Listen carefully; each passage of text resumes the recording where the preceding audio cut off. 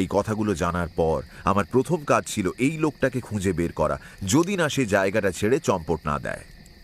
অ্যালডারশটে এমনিতেই লোক বসতি কম, তার মধ্যে এরকম একটা বিদঘুটে চেহারার লোককে খুঁজে বের করা খুব একটা কঠিন ছিল না। কপাল ভালো, লোকটা অ্যালডারশট ছেড়ে যায়নি। 1.5 বেলা মতো খোঁজার পর তার সন্ধান পেলাম হাডসন স্ট্রিটের একটা ছোট সরাইখানাতে।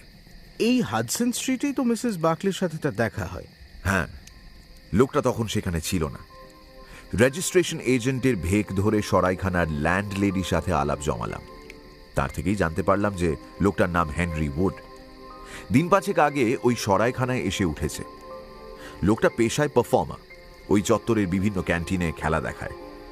খুব ইন্টারেস্টিং ব্যাপার ওয়াটসন, লোকটার কাছে একটা অদ্ভুত দর্শন প্রাণী আছে। সে একটা কাঠের বাক্সে প্রাণীটাকে রাখে। ল্যান্ডলেডি বললেন ওরকম প্রাণী তিনি কখনো দেখেননি। ওই খেলা দেখানোর কাজেই বোধহয় প্রাণীটিকে ব্যবহার করা হয়।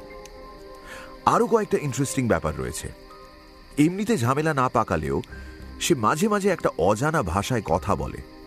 টাকা পয়সা সময় মিটিয়ে দেয়, তবে ল্যান্ডলেডিকে অ্যাডভান্স দেওয়ার সময় 2 অচল পয়সা দিয়ে বসে। আমি দেখলাম সেই 2 ভারতীয় মুদ্রা। আর হ্যাঁ, গত 2 রাত তার ঘর থেকে ল্যান্ডলেডি চাপা গোঙানি আর কান্নার আওয়াজ পেয়েছেন। মানে মিসেস বাকলির সাথে দেখা করার পর লোকটা মানসিকভাবে বিপর্যস্ত হয়ে পড়ে? আমি ব্যাপারটা অন্যভাবে সাজিয়েছি। মিসেস বাকলে এবং মিস মরিসন বিদায় নেওয়ার পর লোকটা তাদের ফলো করে। তারপর সে রাস্তায় দাঁড়িয়ে স্বামী স্ত্রীর ঝগড়া দেখে এবং পাঁচিল টপকে বাগান পেরিয়ে ঘরে এসে ঢোকে। তার কাঠের বাক্স থেকে সেই অদ্ভুত প্রাণীটা বেরিয়ে পড়ে। তার পরের ঘটনা শুধু সে বা মিসেস বাকলেই বলতে পারবেন। মিসেস বাকলে তো আপাতত অসুস্থ, তাই তোমার মানে আমাদের কাজ হলো এই লোকটাকে খুঁজে বের করে তাকে জেরা করা।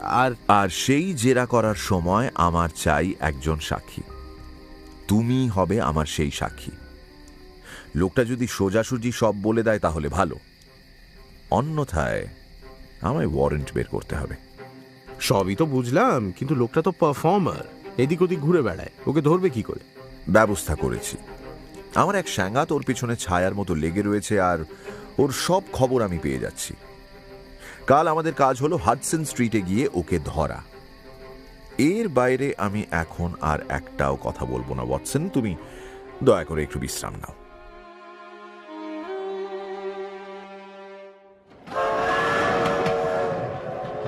পরদিন সকালে ট্রেন ধরে ওয়াটারলু স্টেশন থেকে অ্যালডারশটে পা রাখলাম দুপুর নাগাদ। রহস্য সমাধানে দোরগোড়ায় পৌঁছে সেই অতি পরিচিত ধুকপুকুনি এবারও টের পেলাম। হোমসের মুখ দেখে বুঝলাম সে শান্ত থাকার আপ্রাণ চেষ্টা করলেও জটিল কেস সলভ করার উত্তেজনাটা তার মুখে চোখে ছাপ ফেলেছে। হাডসন স্ট্রিটে পৌঁছে দেখলাম একটা মাঝারি মাপের রাস্তা, আর তার 2 পাশে সারি সারি ইটের তৈরি দোতলা বাড়ি। হাডসন স্ট্রিটে পা রাখা মাত্রই একটা অল্প বয়সী ছেলে এক দৌড়ে আমাদের কাছে এসে দাঁড়িয়ে হোমসকে সেলিউট ঠুকে বলল, স্যার, একদম চোখে চোখে রেখেছি। লোকটা এখন নিজের ঘরেই আছে, ভেতরে গেলেই দেখা পাবেন। বাহ, দারুণ ব্যাপার। থ্যাংক ইউ সিমসন, ভাগ্যিস তুমি ছিলে। চলো হে ওয়াটসন, মিস্টার হেনরি উডের সাথে দেখা করা যাক।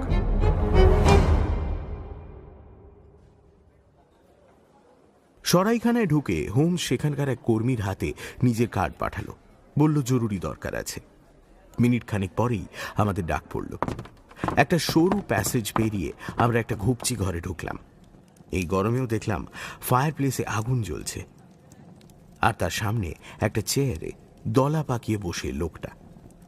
বন্ধ ঘরে আগুন জ্বালিয়ে রাখায় 4-5টা উনুনের মতো গুমট মেরে রয়েছে। লোকটার বাঁকা চোরা চেহারাটা যে কারোর চোখে পড়বেই। মুখে চোখে অজস্র দাগ থাকা সত্ত্বেও মনে হলো এ এককালে রীতিমতো সুপুরুষ ছিল। আমাদের দিকে হলদেটে চোখ নিয়ে তাকালো।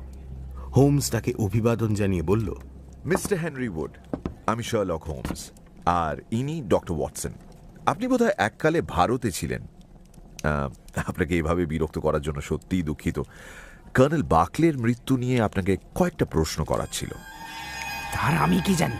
আমায় কেন জিজ্ঞেস করছেন? সেটা জানতেই তো আপনার কাছে এসেছি মিস্টার উড। আপনি